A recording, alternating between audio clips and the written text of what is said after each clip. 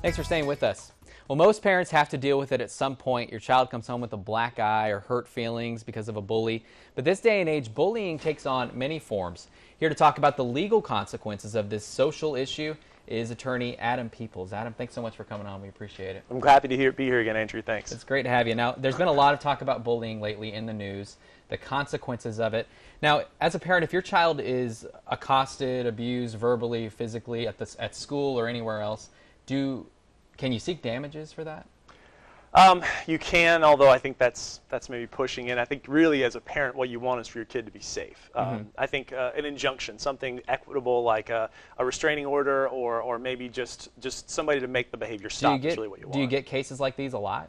I don't know. I think that what we would probably tell people is it's going to cost you a lot of money to take this case, and the chances of your getting some big damage like you hear about on television is not very high unless something major happens. You hear a lot of cases like this, you know, a child coming home with a bloody nose, a black eye, and then the parents wanting to sue, get involved.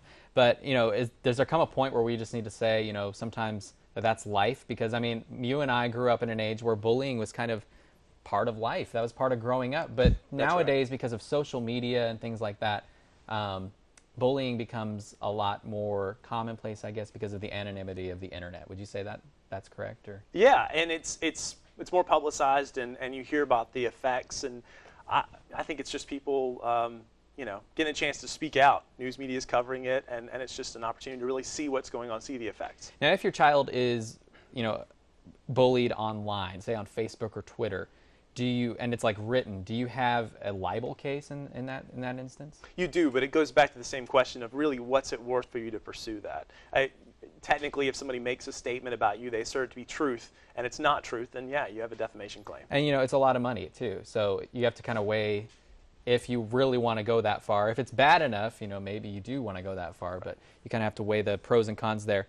Now, do you think that we do have a change in culture? I mean, would you say that years ago when we were growing up, that before the internet and everything, that bullying was a completely different animal? I know my parents told me to get up, dust myself off, and start all over again. But yeah, I think we do. I think you hear about it. You know, kids are committing suicide. There's in 2010 or 2011, Georgia actually passed laws like an anti-bullying law. So even the state is starting to focus interests. As of 2012, I think 48 states have anti-bullying laws in effect. It's a very interesting conversation, Adam. We appreciate you coming on. And if you have a legal question, you can send it to us here at 41NBC. Just send it to itsthelaw@41NBC.com, and we will answer it right here on the air with either Adam Peoples or Jay Davis.